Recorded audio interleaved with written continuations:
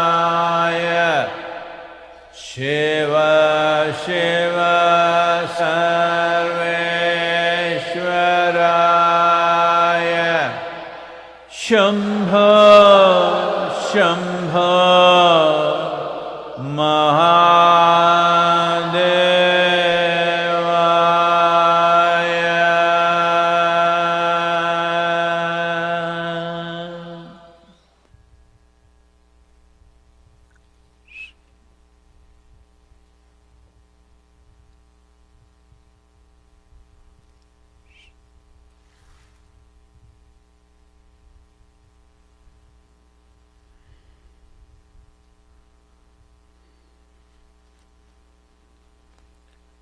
Jaya Jaya Jaya Mahadeva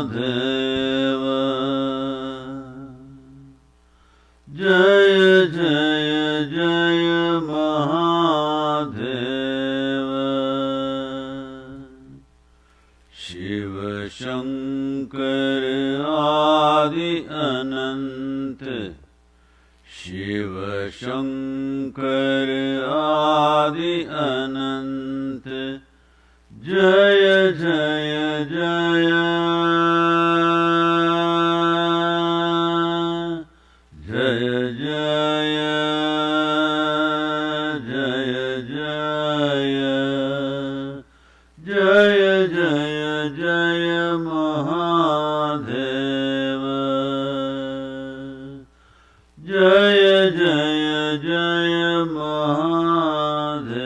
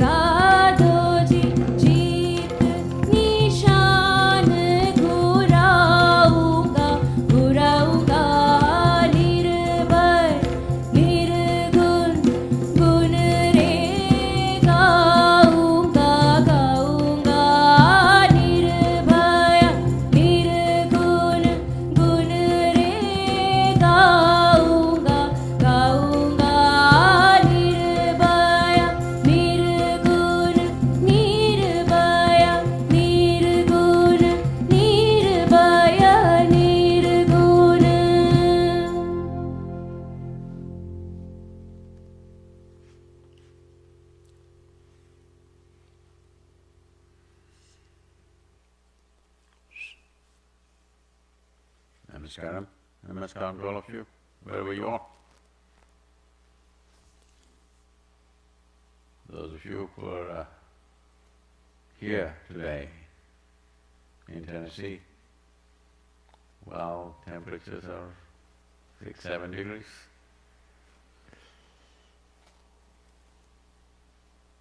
Many of you brought children, please take care.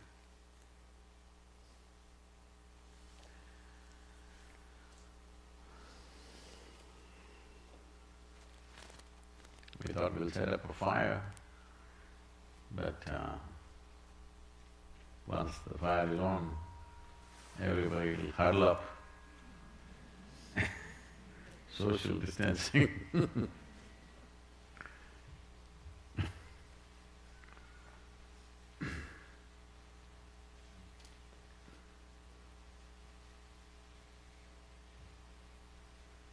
Cold as things. This happened. A Christian priest was posted in the Alaskan region.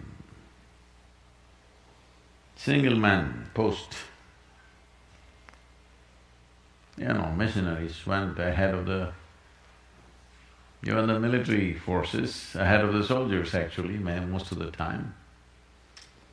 So he was posted there and he built a small little place and of course the church was funding him and he was keeping it going, so after a year's time, a bishop came to check as to what's happening. So when he came, temperatures were sub-zero and the bishop was not used to this and he struggled and came inside. Then he asked him, "How do you manage in this weather?"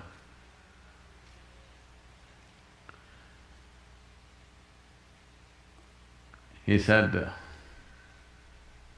"I just hang on to the rosary and it gets me through."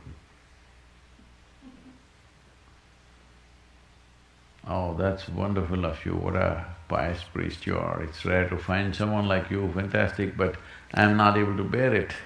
This cold is just killing me.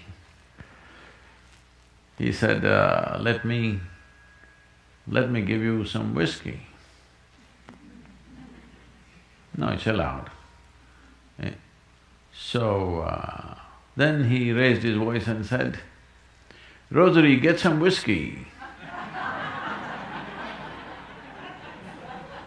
A young Alaskan woman came with a whiskey bottle.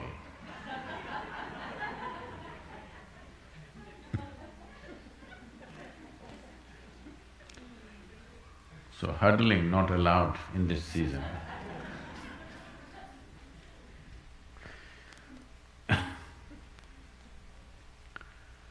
Well, unfortunately,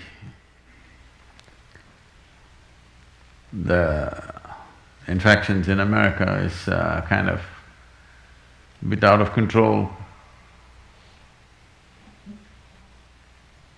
Last week, some of the days, the deaths are over 2,200 per day. Some scientists are saying we are just rounding into a calamity. Hope it's not so, but it could be so. Europe, pretty bad, but looks like the numbers indicating on the way to recovery. India definitely on the way of recovery except a couple of cities. Vaccines.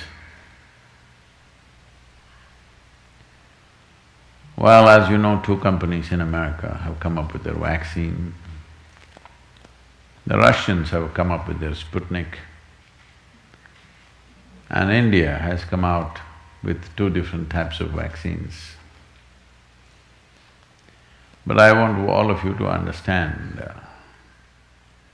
vaccine definitely has its possibilities, but it also has its intrinsic limitations. I've been talking to some of the medical people and they say the efficacy of the vaccine within you may be on for up to 2.5 to 3 months. I don't believe any nation will manage to vaccinate their entire population in 2.5 months' time,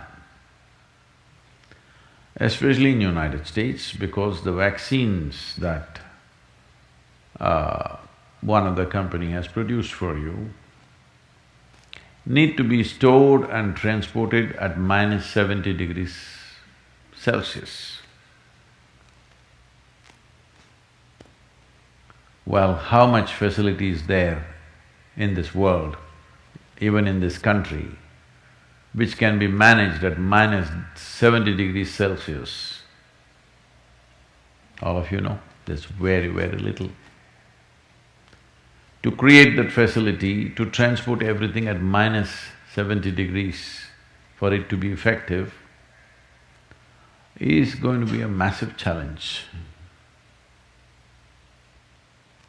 The Russian vaccine, they are claiming it's at a little higher temperature,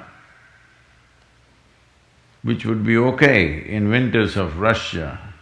Probably you can transport it on a motorcycle.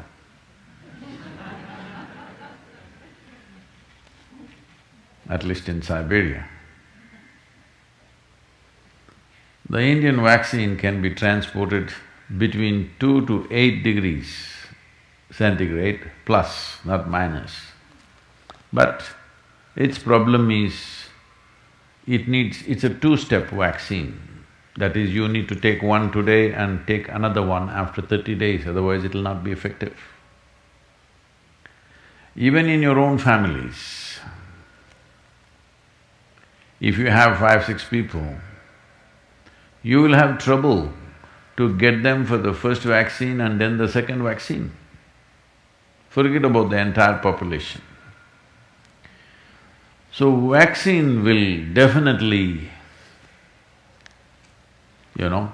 bolster us to some extent, but it will simply not go away like that. Yesterday I was in a business conference because Isha Insight is going on for the first time virtually. All the business people talking in terms of post-COVID world. So I told them there is no post-COVID world, because there never was a post-tuberculosis world, post-pneumonia world, post-anything for that matter, because it could recur somewhere and once again rage across the world. So in many ways, we have to contain it. Social control, individual control over what we do is a significant part of this. Vaccine can be a big boost in that direction, but not an absolute solution.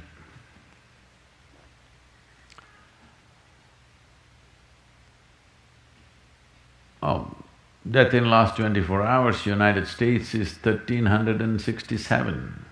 India is 486, Brazil 501, Russia 496, France 581.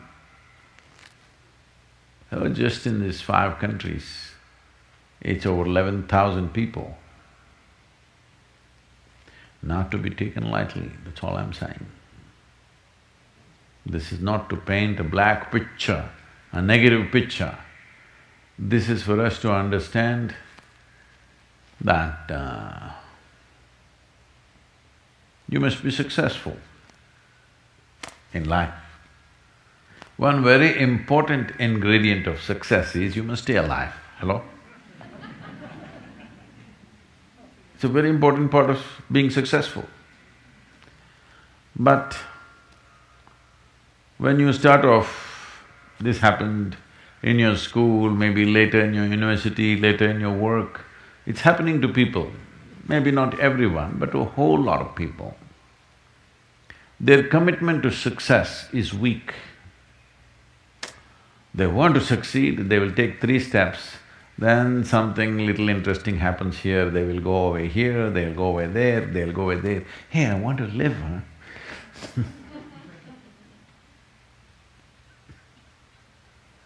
Their commitment to success is weak.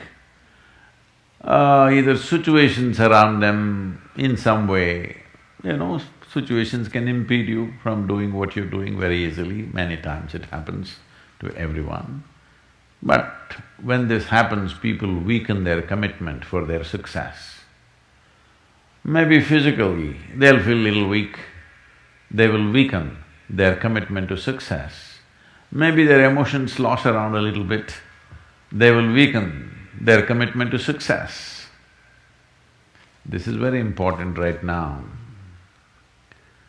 However long it takes, this virus, you must come out of this successfully. That means you must stay alive, that's an important part. And commitment to staying alive should not be slackened, no matter what happened. Somebody very dear to us passed away, all the more important we must live. People around us are all sick, all the more important we are healthy to take care of the people around us. So our commitment to success should not weaken because there is social drama going on, or physiological drama or psychological drama, whatever happens, your commitment to success should not weaken. That is what gets you across so many lines in our life, so many barriers in our life. So, what does success look like? What does it take? You must understand, those who made any significant achievements in their life, they did not, I don't want to take any personal examples of anybody, I'm trying to avoid obvious things that are coming to my mind. Well, I know family and friends who always have their breakfast on time. And after breakfast, of course, they must have coffee. After coffee, of course, they must light up a cigarette and sit there nicely because they're trying to become peaceful.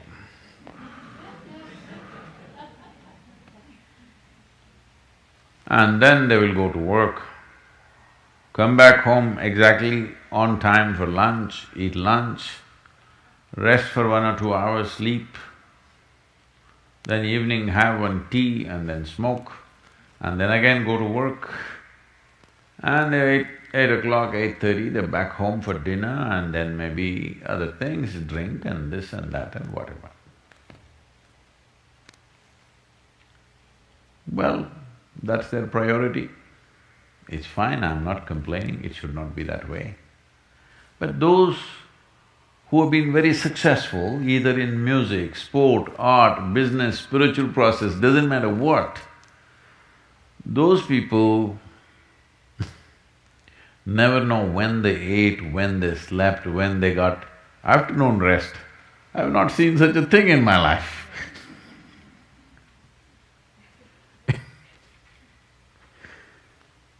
So,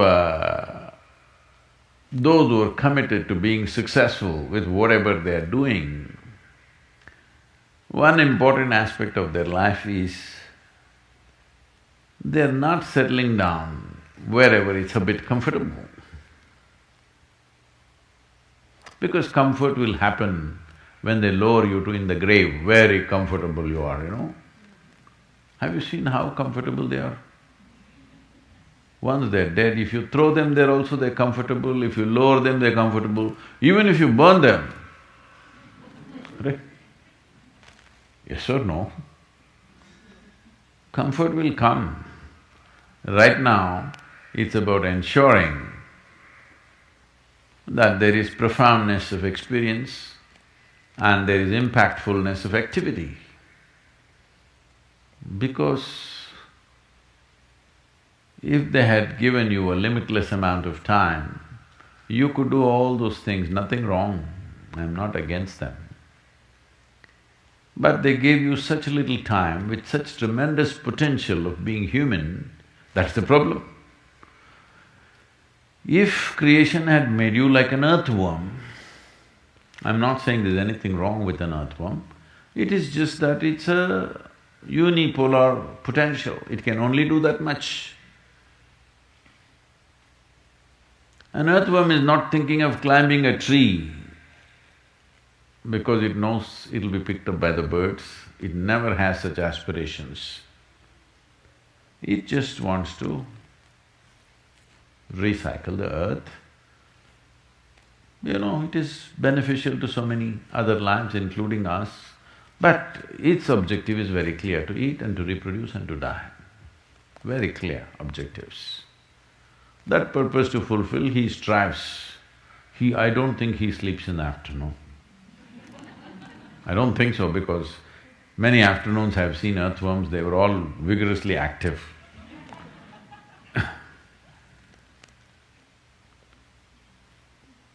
But a human being came with too many potentials. Because of that, it needs a certain level of striving for a human being to forget about the world, to consider yourself successful. If your idea of success is you're doing little better than your neighbor, I call that sickness, that is not success.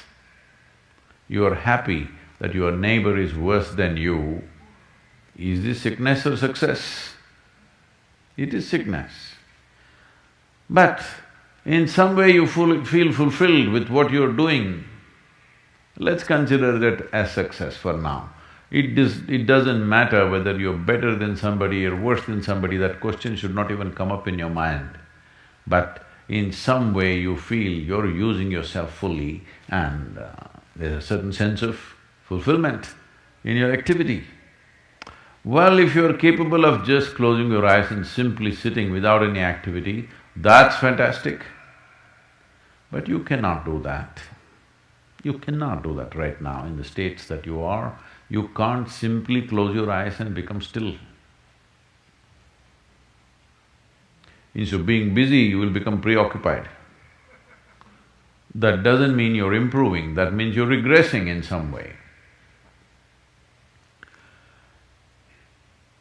The problem about this success is people always making judgments, I did this, I did that, maybe this didn't work, maybe this is a mistake, that's a mistake. There's no such thing in life. See, at one time you were a monkey, all right?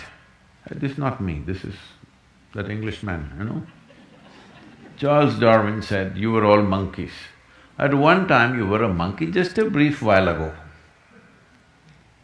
Was it a mistake that you committed, that you were a monkey? Or was it just a certain stage of evolution? Hello? Was it a mistake or was it just a certain stage of evolution? Similarly, since you were born, because as a human being you are born largely unformed, unlike other creatures. Other creatures, if they are just… their food is taken care of, they know what to do with their life. Because human being has come with such open sense of possibilities, you come unformed, you don't come fixed. You have to fix yourself. Different people throw different types of balls at you. From all over, your parents, your teachers, the school, the neighbors and the society and the world throws all kinds of things at you. To gather all this muck and make something worthwhile out of yourself is your business, that's your success. It doesn't matter whether somebody thinks you're worthwhile or not, you feel you're a worthwhile life. Good enough for now. World may not recognize, it doesn't matter, but you know you're worthwhile. This needs a certain striving. Otherwise you look here, look there, no commitment for success, especially in a time like this, do not misunderstand the word pandemic. Fortunately, it is not killing as many people as previous pandemics have. That's our fortune as a generation of people. We also have better medical protocols today and we're able to reduce the fatality. But long-term impact of this pandemic upon our lives, once we are infected, well, it's anybody's guess, all kinds of things are being said. But definitely, nobody is saying there is no damage, it'll come and it'll go away. There's no such thing, there will be damage. How much damage? Depends who you are, what is the state of your physiological self. Accordingly, some damage, but nobody gets away without any damage. We may get to live, but we cannot say nothing has been touched in our system, something will be affected. So do not underestimate or misunderstand the pandemic. Coming out of this uninfected, important, that's success right now. Hello, do you agree with me? Staying alive is success? Huh? Or only Saturday evenings you're alive, how is it?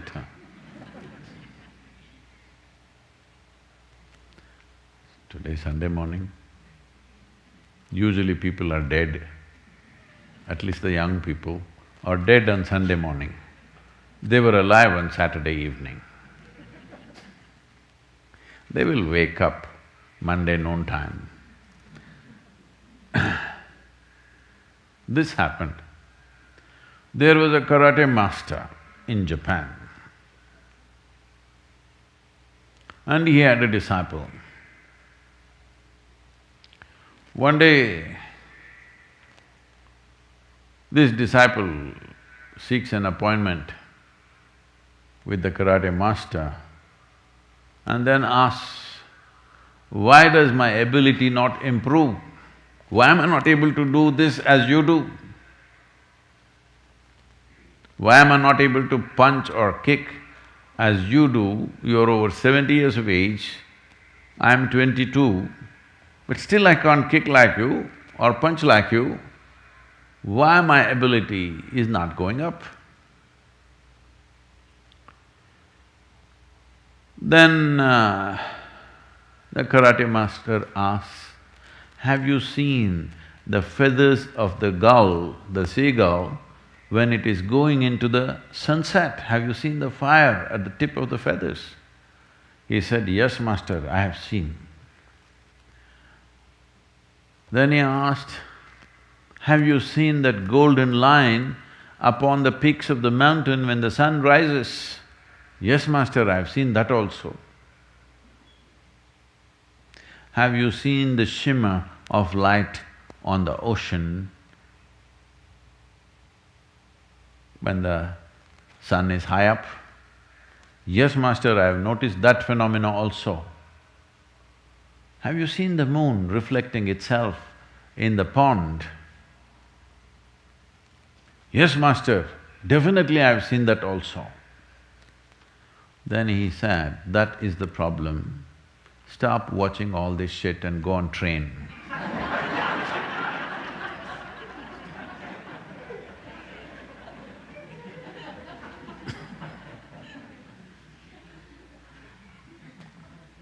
So you need to understand, behind every success there is a certain striving. This week, the world has lost a legendary football player. In America, you know him or no? Hello? Soccer player, you know?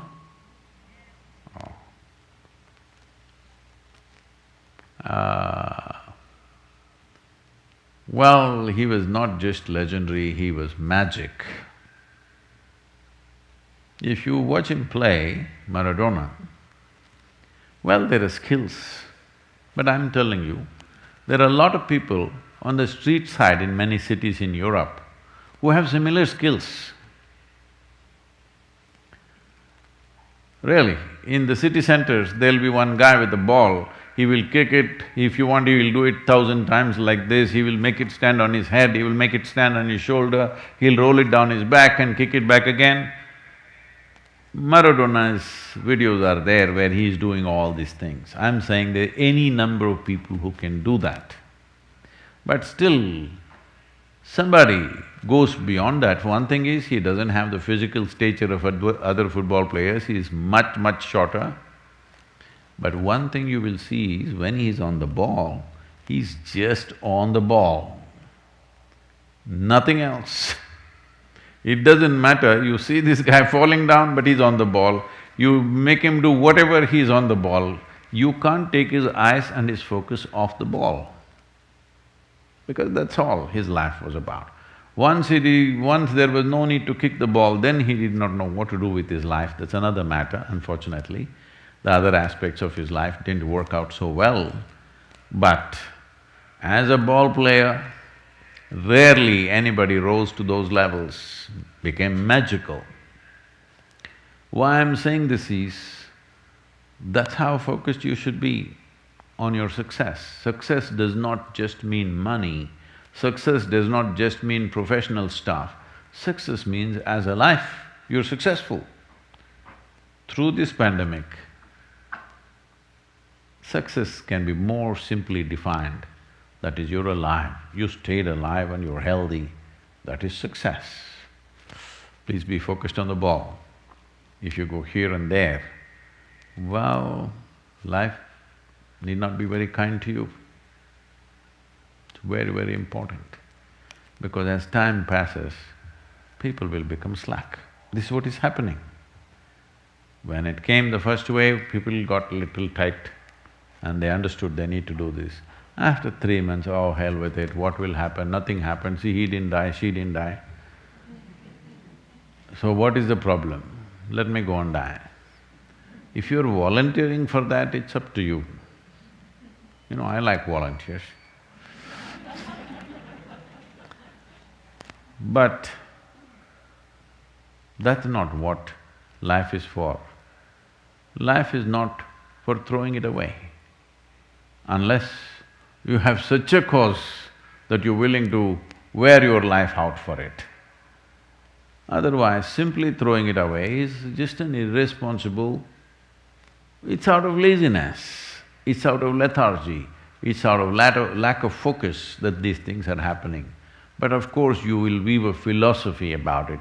Oh, what is there? We are born one day, we'll die one day, what about it? This is not coming from any great wisdom, this is coming from lethargy and, lack of focus. This is a good time.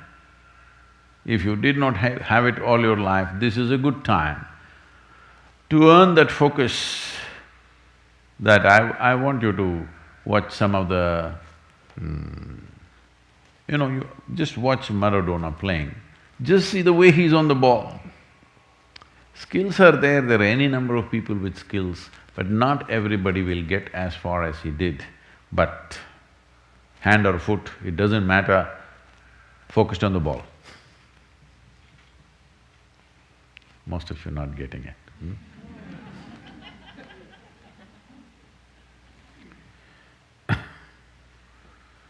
So, if there is something like post-COVID world, if there is such a thing, you must be around to celebrate. We are going to throw a big party. Hello? Will you be there? Yes.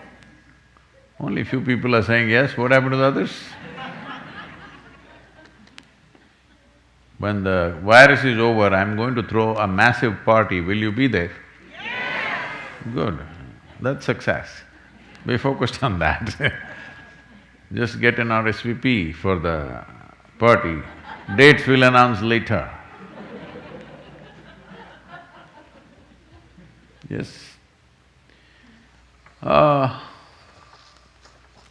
wrote a little something, but not in English language. Okay with you? Yes.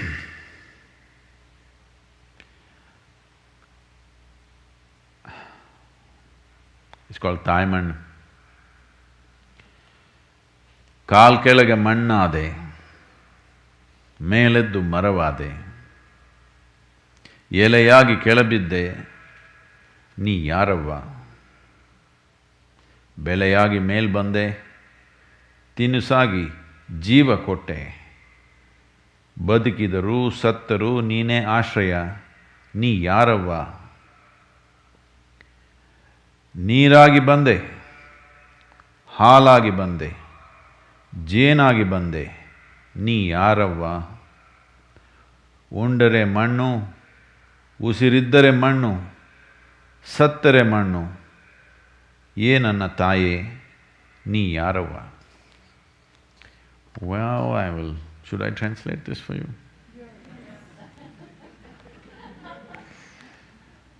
Well,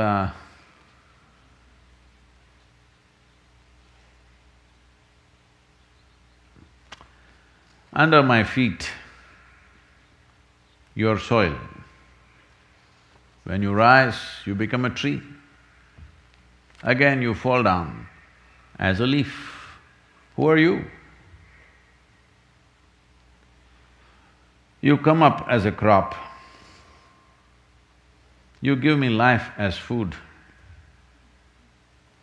Whether I am alive or dead, you are the only refuge. Who are you? You come as water, you come as milk, you come as honey. Who are you? If I eat, it is soil. If I breathe, it is soil. If I die, it is soil. Oh my mother, who are you?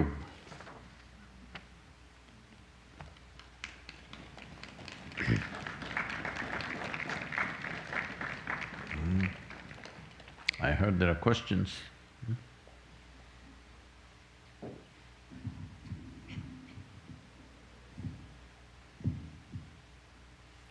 This question's from Ravi Shankar in Karnataka.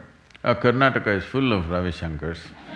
You know, when I was in school, in my class, there were about 7 Ravi, Shankar, Ravindra, Ravi, whatever. My brother is also Ravindra. So if I went home, there was a Ravi, if I went to school, there were too many Ravis. Now one more Ravi. Tell me. Namaskaram, Sadhguru. Can the dimension of mysticism be explored, not just experienced, by a culture or a mass of people, or is it available only to a few with mastery?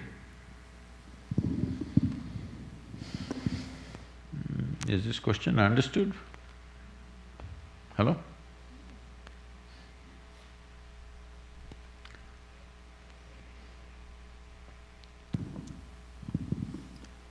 Can the dimension of mysticism be explored, not just experienced, by a culture or a mass of people, or is it available only to a few with mastery?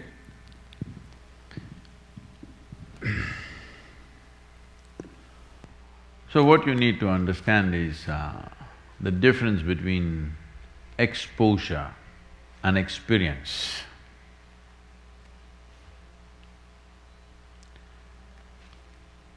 Are you exposing yourself to the virus? Or are you experiencing it right now? Two different things. See, we can't talk about anything without bringing in the virus these days. Exposure means you get to see it, you get to smell it, you don't get to eat it. It's like a cake in a glass case.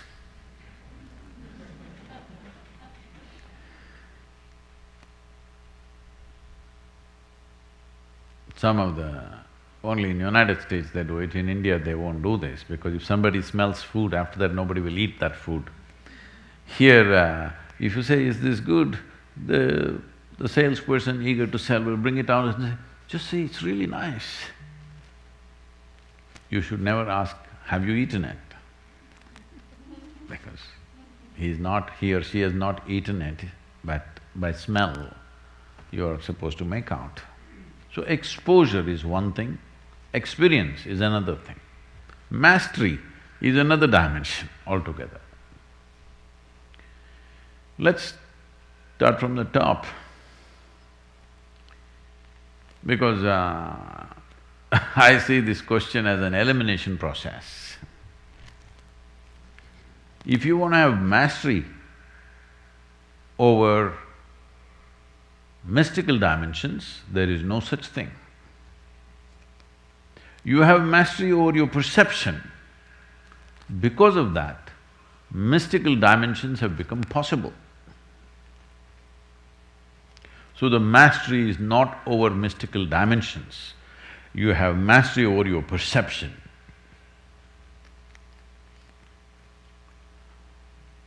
See, you cannot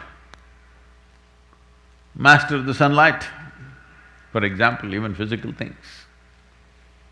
But you can make your system in such a way that it benefits from the sunlight, it doesn't get harmed by the sunlight. There are many things to do for that.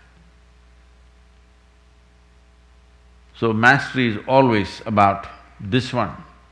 Because you have mastery over this, you may get to do certain things. We were just talking about a football player. The mastery is over his own skills. The mastery is not over the ball. The ball doesn't listen to anybody, you must know this. That is the beauty of a ball. It doesn't listen to anybody's nonsense. If you're good, it is good. If you're not good, it's not good. It's as simple as that. Life is like a ball. If you're good at it, it'll work well for you, it'll go where you want. If you're not good at it will go all over the place.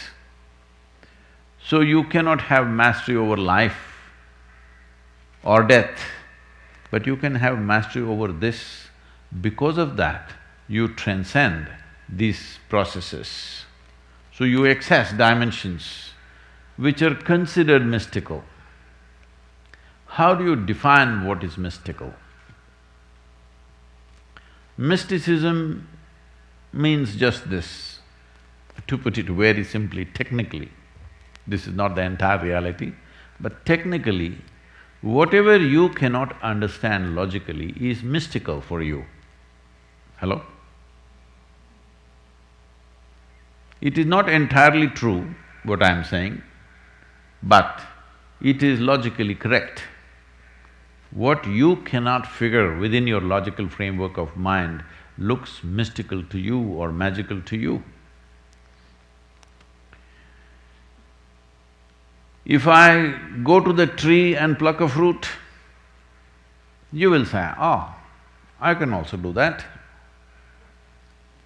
But if I pluck a fruit from here, then that is mystical for you. Hello?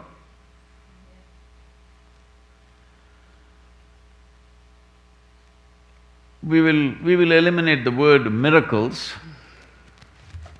because there are many problems with that. But mysticism is not something that you do. You don't pluck a fruit, you don't produce a gold pendant, you don't produce this or that. A phenomena which is already there, you experience.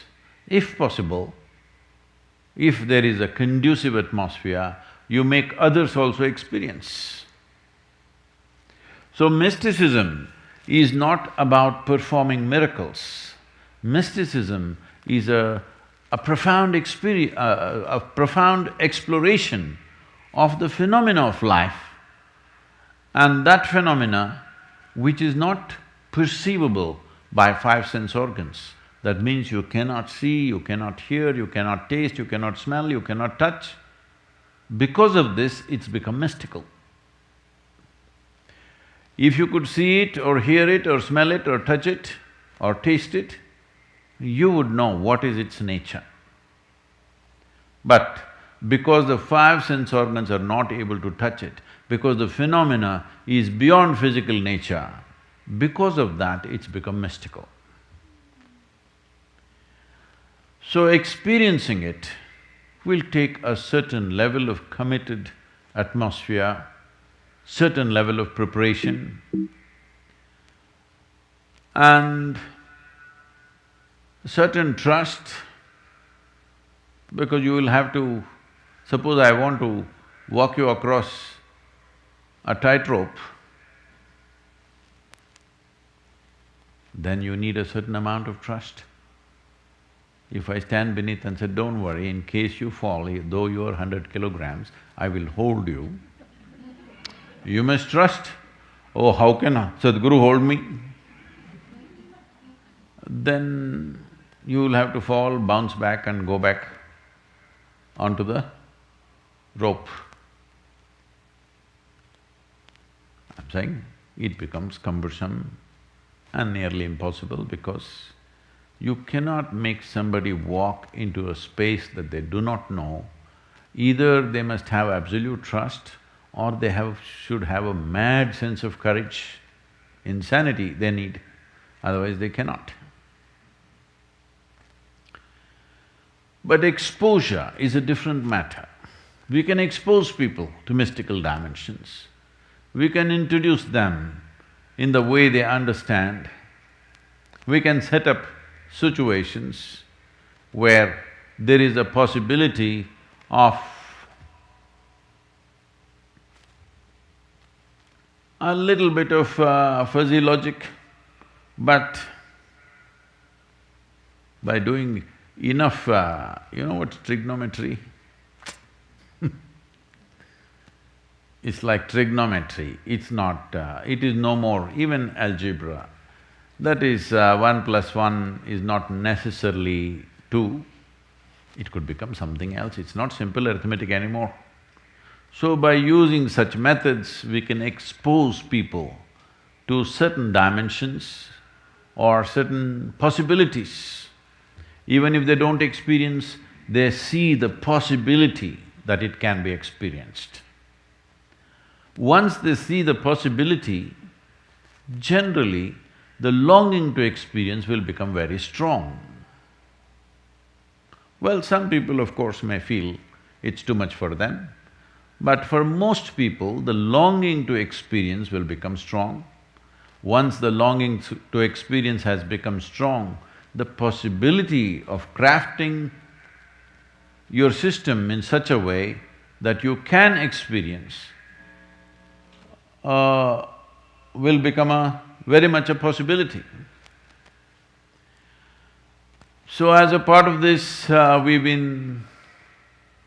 we did one program many years ago, I don't remember which year it was, must be 2004 or 5.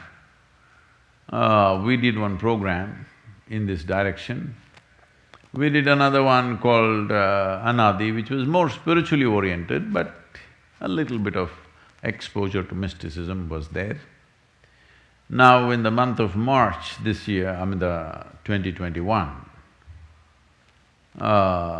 we are planning to do a 8-day event in India because this is a more cultural exposure, not necessarily mysticism per se.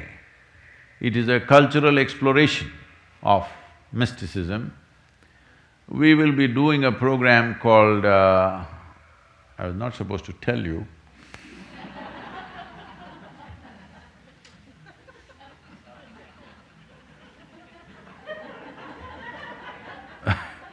They were supposed to make this program by invite only.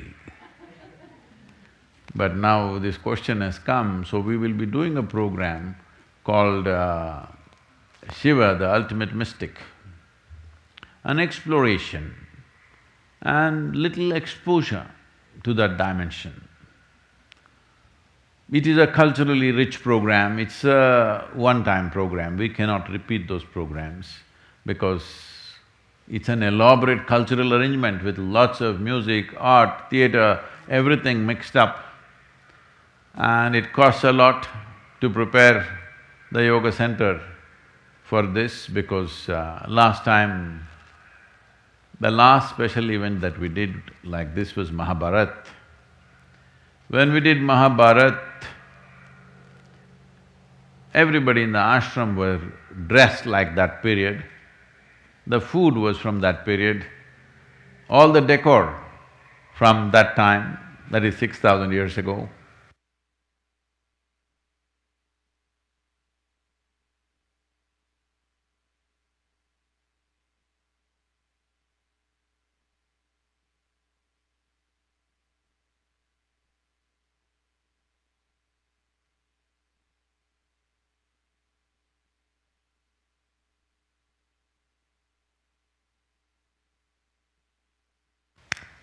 Hello? So even I lose my battery sometimes.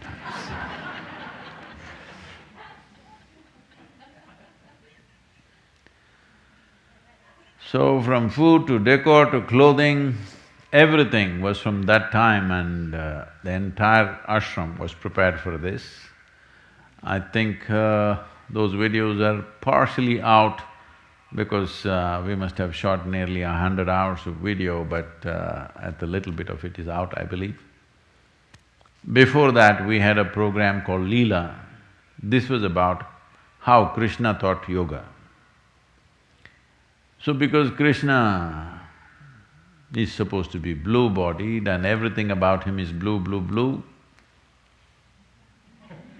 Shiva also blue, all right? So, there was one blue day where we told everybody, please put on at least a spot of blue in your clothing. So most people came dressed up blue, the lighting was blue, all decor was blue, all flowers were blue, all the arrangements were blue. And when I opened my mouth to speak, my tongue was blue. When they sat for lunch, the rice was blue color, everything blue. Then they were overwhelmed by this and they came out and there was blue smoke coming out of the mountain. So I said, I'm just trying to tell you that this is the extent of elaborateness that we go to when we do these special programs. Only three we have done till now, Vaibhav Shiva, Leela and Mahabharat. This is the fourth one. This is called as Shiva, the ultimate mystic. This is not that you are going to become a mystic, but some exposure to know that something exists like this, something beyond the framework of our logical minds, something beyond the sense of physicality that we have about this world, beyond this, how creation is, an exposure to this. Well, considering the virus situations, only 250 people will be taken into this program. I'm very sorry about that, but that is a requirement, otherwise we cannot conduct the program itself. So it'll be very culturally rich with music, dance, theatre, variety of things happening, all with social distancing. So, we want this program to be absolutely safe so that the numbers… because of that, the numbers are limited and well, it's a kind of an adventure because taking people through not mysticism per se, but even to expose them to something which doesn't fit into the framework of their psychological stuff or even physiological stuff. Because physical framework and mental framework are the only two things which is not allowing you to experience what's beyond this. The more seriously you take your physicality and your psychological structures, the more you become incapable of experiencing anything beyond. If you learn to relax this a little bit, that you don't take this seriously. Just yesterday somebody was asking me, Sadhguru, how do I not take my thoughts seriously? I said, just see that all your thoughts that you've generated till now have been absolutely stupid. Yes, because from the limited data that you've gathered, you're going on making up things about everything. The situation is like this. Suppose there is a 1,000,000-piece jigsaw here. You found 3 pieces, you put them together and say, wow, it is a bear. Well, if you are a 2-year-old child, we'll say, all right, it's a bear. Play with it. But if you're an adult and if you do this, we say you're dumb, stupid. Yes or no?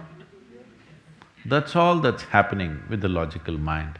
You pick a few pieces, those pieces may be sufficient for your survival, not for exploring existence, not for exploring creation, not at all.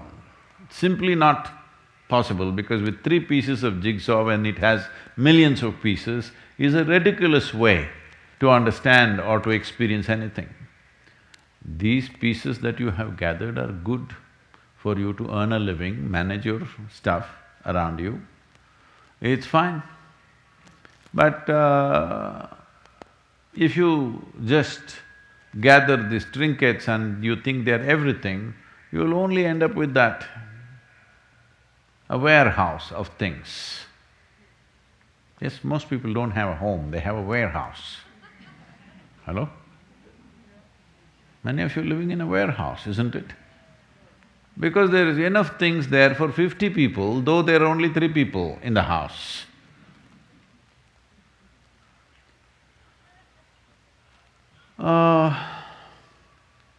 This happened. There was a Zen master whose name was Ryokan.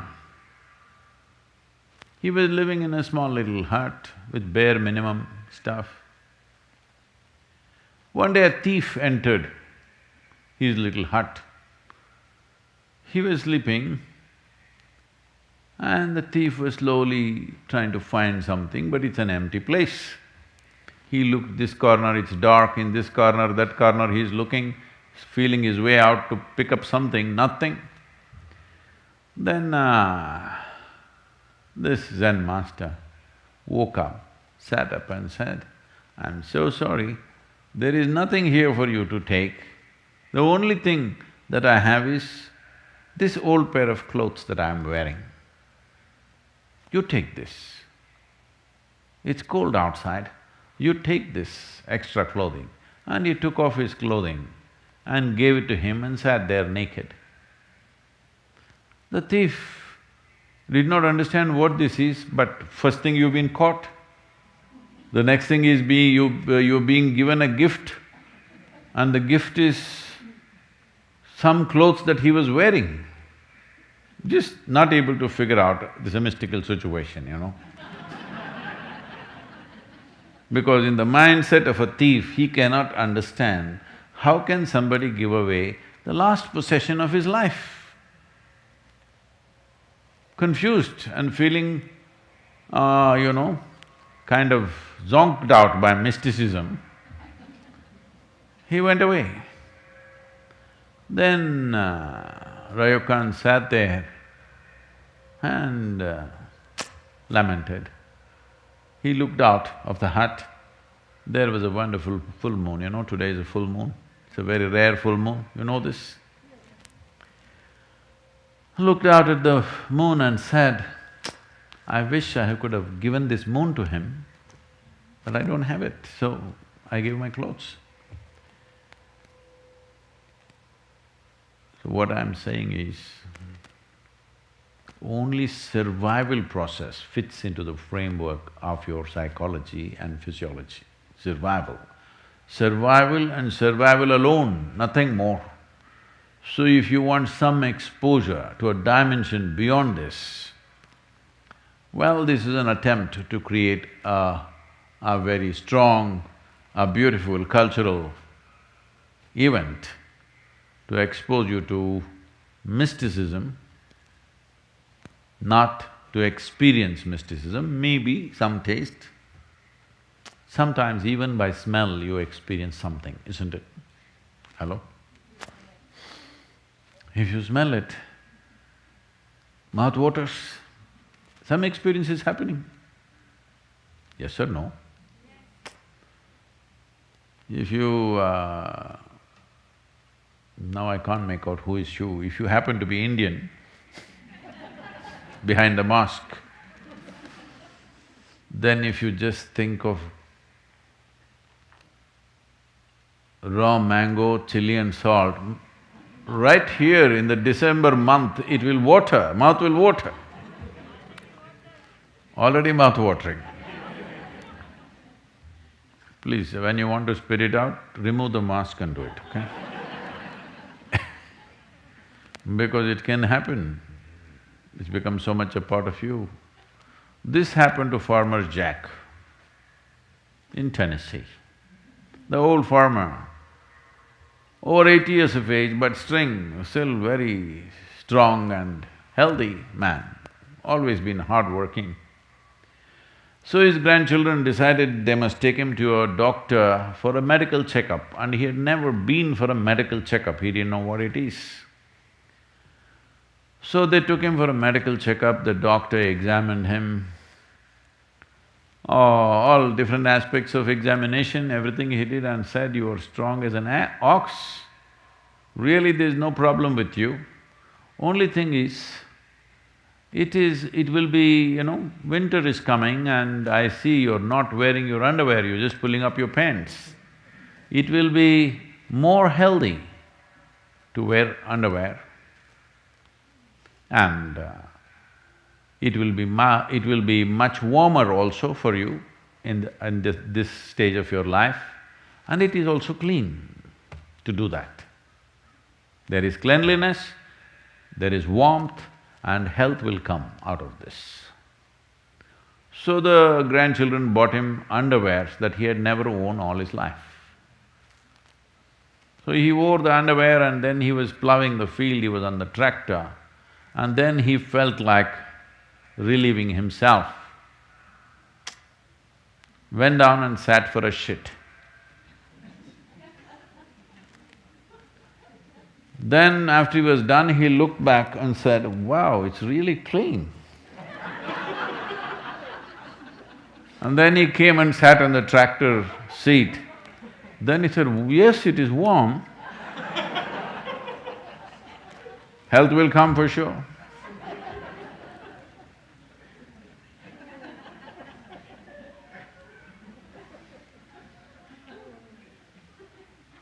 Are you too cold, or can we handle one more question? Huh? You feeling warm?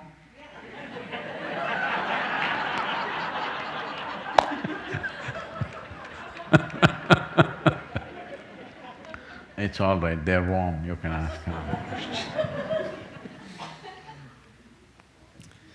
This question is from Claire here at III. Namaskaram, Sadhguru. Why do we not place our feet towards lingas or other consecrated objects, or even people for that matter? Is it simply a matter of respect, or is there a scientific basis for this? So these days they're doing that, some of them. In the Western cultures, when you meet somebody, you shook hands. Because of virus, they don't want to touch. Some are doing elbow touch, some are doing feet shaking. So it's beginning to happen, Claire, you don't have to feel disappointed. It's beginning to happen. Shaking a leg at each other. Well, why… if there's an energetic situation, you always are asked to cross your legs, not to stretch your legs in the direction. Well, this respect thing is a more newer expression of that, essentially because you can receive anything that comes towards you in many different ways. The yogic intention always is to receive it from the higher aspects of your life. You know there is anahata, which is the meeting of two triangles.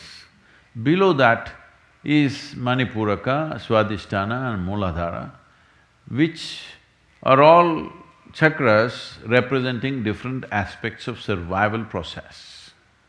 Survival, basic survival, reproductive process, maintenance process, all survival related.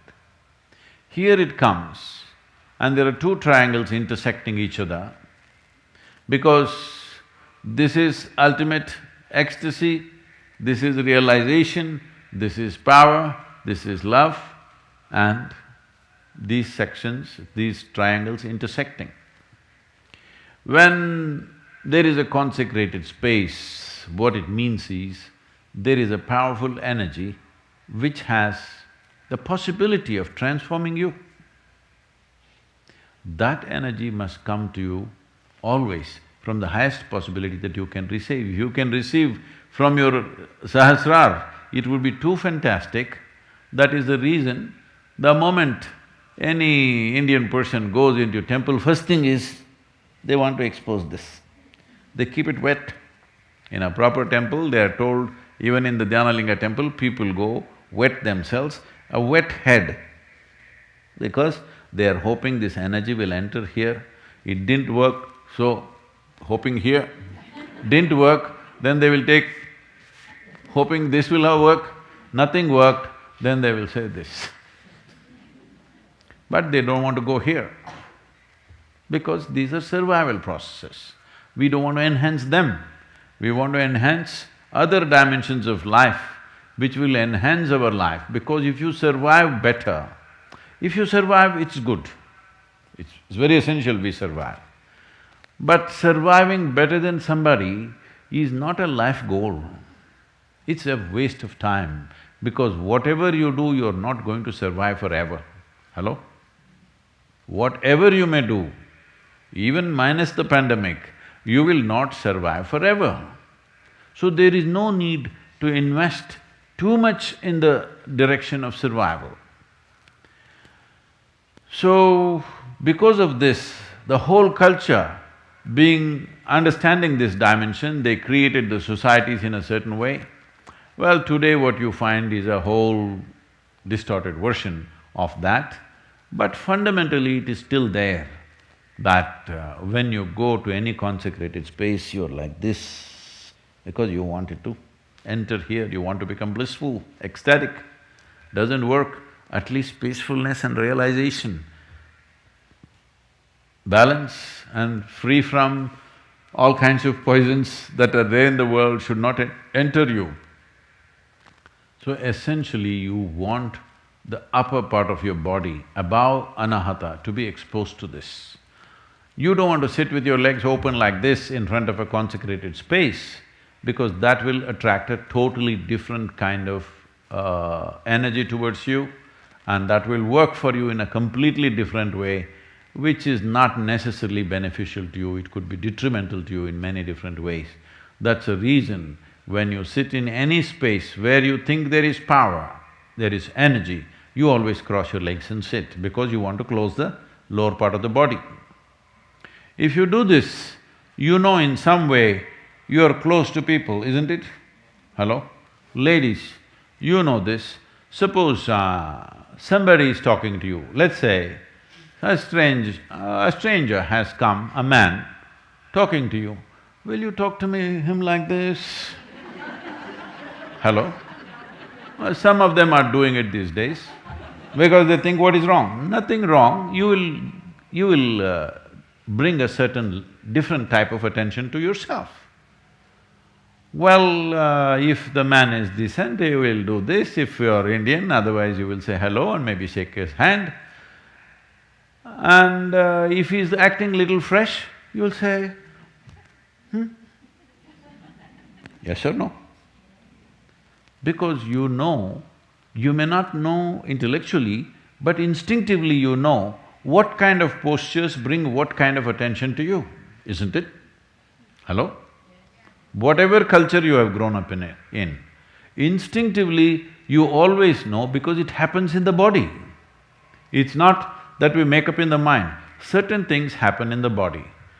So certain cultures have very consciously evolved these postures that if you want to do this is how you must sit. It's very, very important. Even food, I'm telling you, even in ashram, it's not possible because most people can't bend their legs except in the morning. when we crack it. I'm telling you, if you sit in front of food, one advantage you have is there is a table between you and the lower parts of your body. But if you sit with food but with legs open, like many people are standing and eating, if you stand and eat, there are many negativities to this, because you must understand the longing for food is not just in your mouth. Entire body is longing for it. Entire body. Well, people will say, oh, there is nothing scientific about it, is my navel longing for food, is my genitals longing for food? Yes, it is. You may not understand, every part of the body is longing for food, but it must go through this route, isn't it? Hello?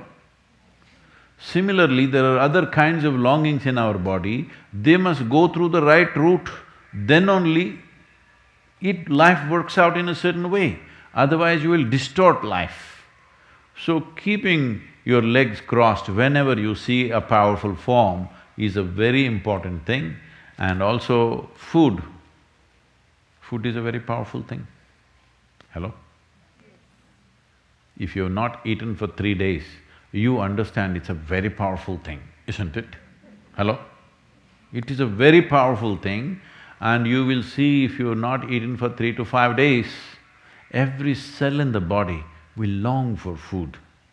Now if you place food here, it's not just here, mouth waters, everything works. So it's important that your legs are crossed when food comes in front of you, but you have found another way, shielding yourself with a table. All right, if that is working for you.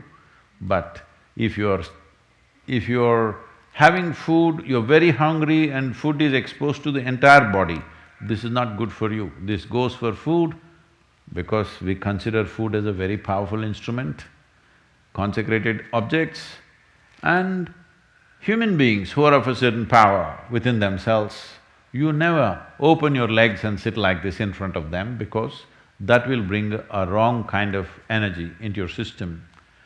What is…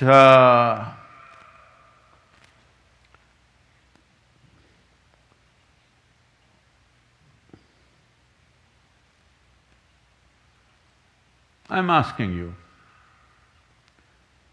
is it good to shit? Hello, I'm asking you a question. Yes. But it must come out of a certain part of your body.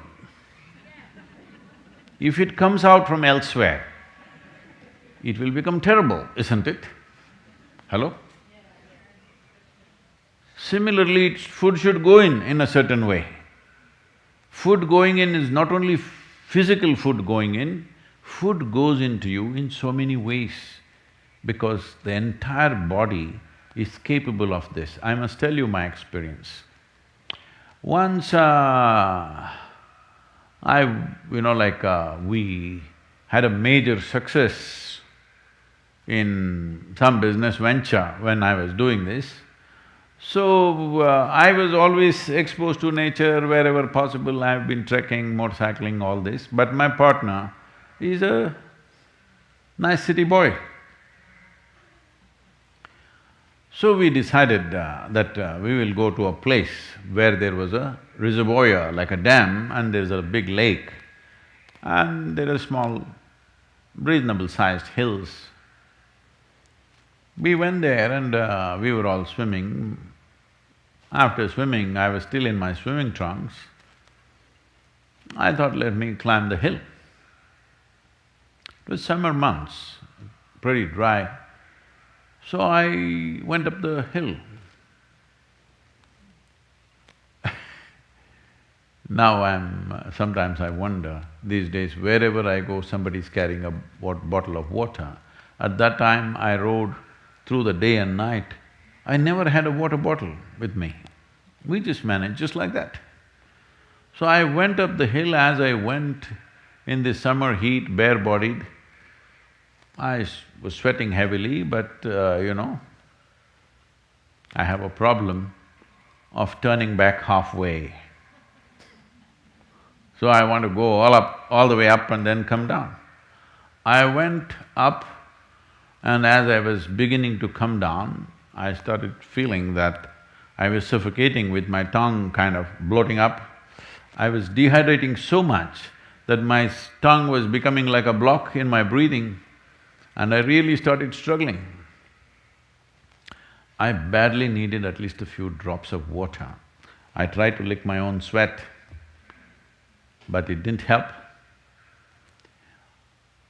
When I thought I'm going to kind of literally lose my consciousness, like I'm going to faint, then I just sat there with my eyes closed for some time.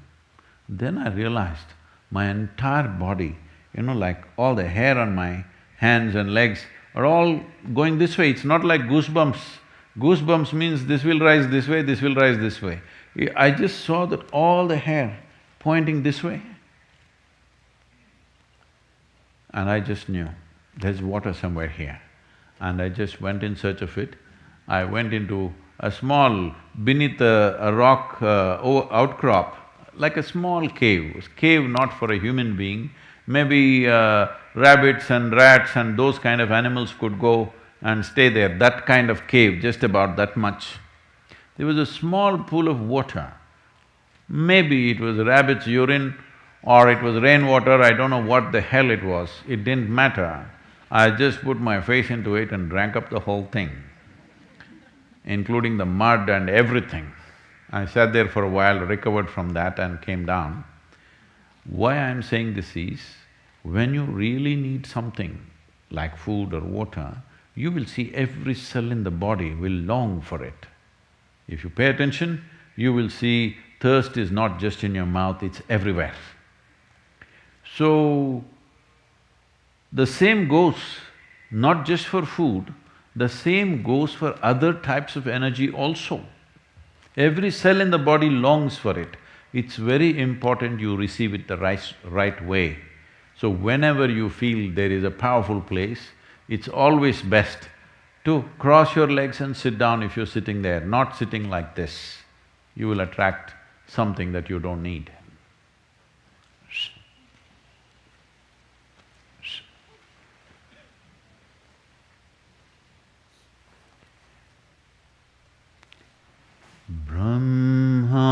Bramhananda Swaroopa Isha Jagadisha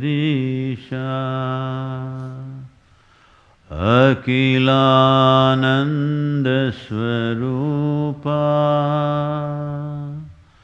Isha Mahesha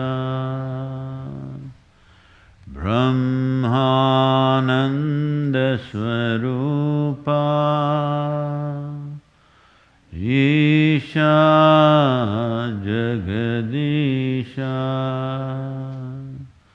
Akilananda Swaroopa Isha Mahesha Bramhananda Swaroopa Isha Jagadisha Akilananda Swaroopa Isha Mahesha.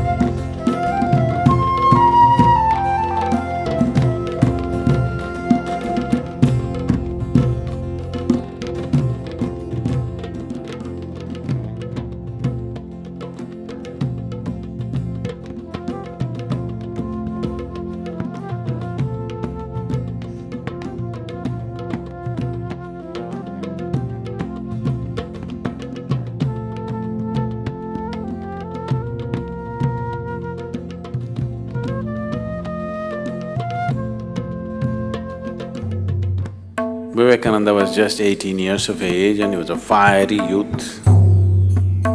He's not a spiritual seeker as such. So he went to Ramakrishna and asked, "Can you prove there is God?" Ramakrishna asked, "Do you have the courage?"